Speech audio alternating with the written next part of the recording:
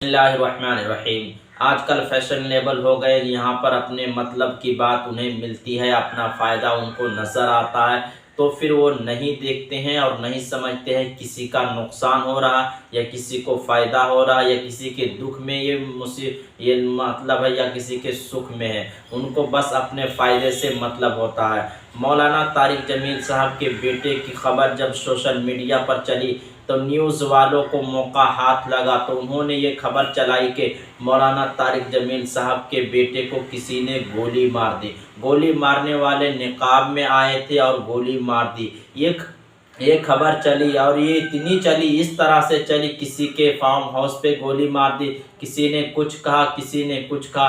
फिर मौलाना तारिक जमील साहब के बेटे यूसुफ जमील साहब सोशल मीडिया पर आके इस ऐसे मौके पर भी बयान उसको जारी करना पड़ा कि गोली नहीं मारी बल्कि ज़हनी तौर पर माजूर थे और उन्होंने खुद ब खुद और गोली मार लिया। उनको ये बयान देना पड़ा। जब उन्होंने ये बयान दिया तो फिर कहा देखो सोशल मीडिया पर एक वबाल खड़ा हो चुका है। मौलाना तारिक जमील साहब के हिटलर थे, उनके मौके मिला।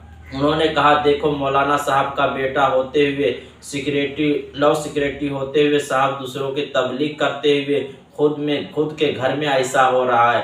खूब खींचातानी किया। जितना मौलाना तारिक जमील साहब के लिए उनके दिलों में गुस्सा था, नफरत था, जलेसी था, सब उन्होंने सोशल मीडिया पर निकाल कर रख दी। फिर मुफ्ती तारिक मसूद साहब को बोलना पड़ा कि दिगर उलमा किराम और बहुत सारे जो लोग हमदर्दी रखते हैं मौलाना तारिक जमील से, उनको बोलना पड़ा कि भाई डिप्रेशन का मरीज़ होता है वो दो तरह का होता है।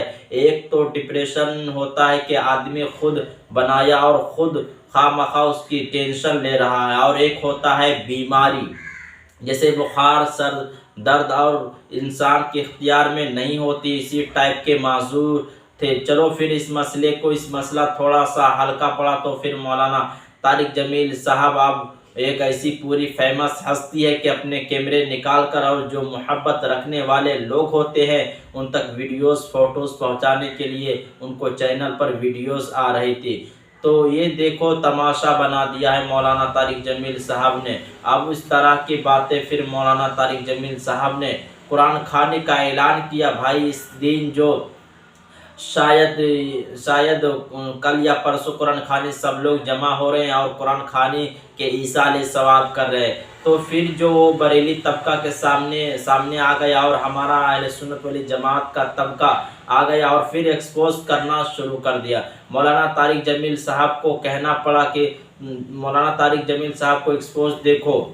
उनके दीगर उलमा किराम कहते हैं कि कुरान खानी जायज़ नहीं है और मौलाना तारिक जमील साहब खुद कुरान खानी करा रहे हैं। अरे यार कितने फैशनेबल हो गए हो हम लोग, कितने मतलब हो गए हैं। लाशों से मतलब निकलता है तो फ़ायदा अपना देखते हैं। सुख और दुख, गम और खुशी, उससे हमें कोई मतलब नहीं होता है। आलिम गैर आलिम किसी से कोई फ़र्क नहीं पड़ता है। जैसे न्यूज़ वाले होते हैं ना, आदमी पानी में डूब रहा होता है तो उससे पूछते हैं कि आपको कैसा लग रहा है, उससे पूछते हैं आपको कैसा लग रहा है। यही हाल आज हमारा हो गया है। हिंदी को चंदी करना, किसी के दुख में अगर गम खामखा हम शरीक नहीं हो सके तो कम अज़ कम सवाल खामखा की फजूल लेक्चर, फजूल किसी के दुख के बारे में आप मत बोलो, वो सुने तो उसको तकलीफ़ हो। मौलाना तारिक जमील साहब रोते हुए बोल रहे हैं कि मेरे बेटे ने खुदकुशी नहीं किया, ऐसा मत बोलो। मेरे बेटे ने सुसाइड किया। बूढ़ा बाप जिसके कंधों पर जवान बेटे की मैयत, जवान बेटे का जाने का बोझ उसके सर पर है, और ऐसे दुख दर्द की घड़ी में लोग एक्सपोज कर रहे हैं। देखो मौलाना तारिक जमील साहब कुरान खानी करा रहे हैं, देखो कैसे कैसे फ़ोटोज़ वीडियोस चल रहे हैं। देखो उनके बेटे ने सुसाइड कर लिया। इतनी गिरी हुई हरकतें यार, हद होती है।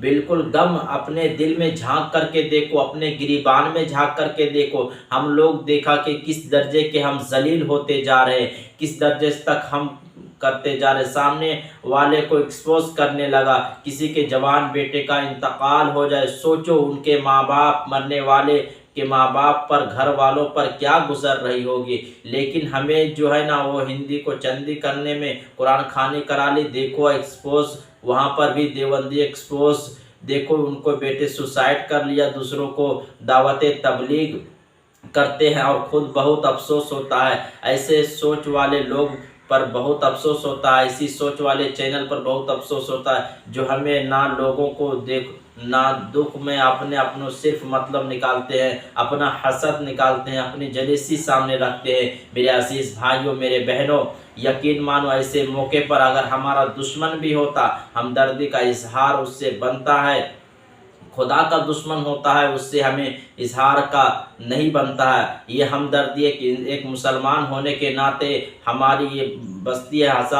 हजार हमारे किसी से इख्तिलाफात हो, हजार हमारी किसी से दुश्मनी हो, हमारी हजार किसी से रंजिश हो, लेकिन ऐसे मौके पर हमदर्दी का इजहार दुआ के ज़रिए, कुछ तसल्ली बख्शो जुमलों के ज़रिए हमें करना चाहिए। इसलिए इस तरह की जितनी भी बातें हो रही है ये गलत, अफसोस है हम मुसलमान किसी दर्जे के बददीनी तरफ चले जा रहे। इस वीडियो को शेयर करें। अस्सलामु अलैकुम व रहमतुल्लाहि व बरकातहू।